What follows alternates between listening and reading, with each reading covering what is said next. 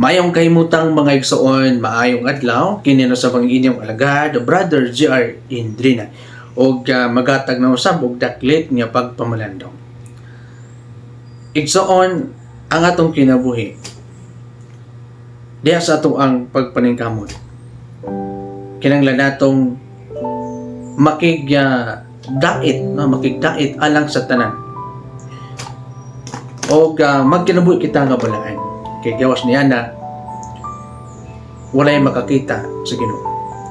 But pasabot walay makakita sa Ginoo, walay makakita kung unsa ka maayo ang Ginoo.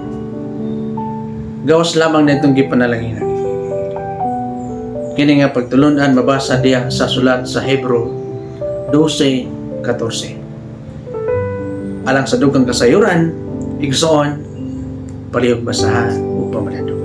Kini ang mensahe para kanimo igsoon, pag kinabuhi diha sa kabalaan o pagmatngon o paningkamuti ang pakigdait alang sa tanan o kanang nga buhat makita sa Dios, mahimaya ang kaayo sa Dios diha kanimo.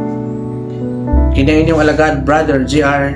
Indrina magaingon, ang pulong sa Dios mao pulong nga ikaw kako adunay kalabutan nga masayod. Daghang salamat, maayong adlaw.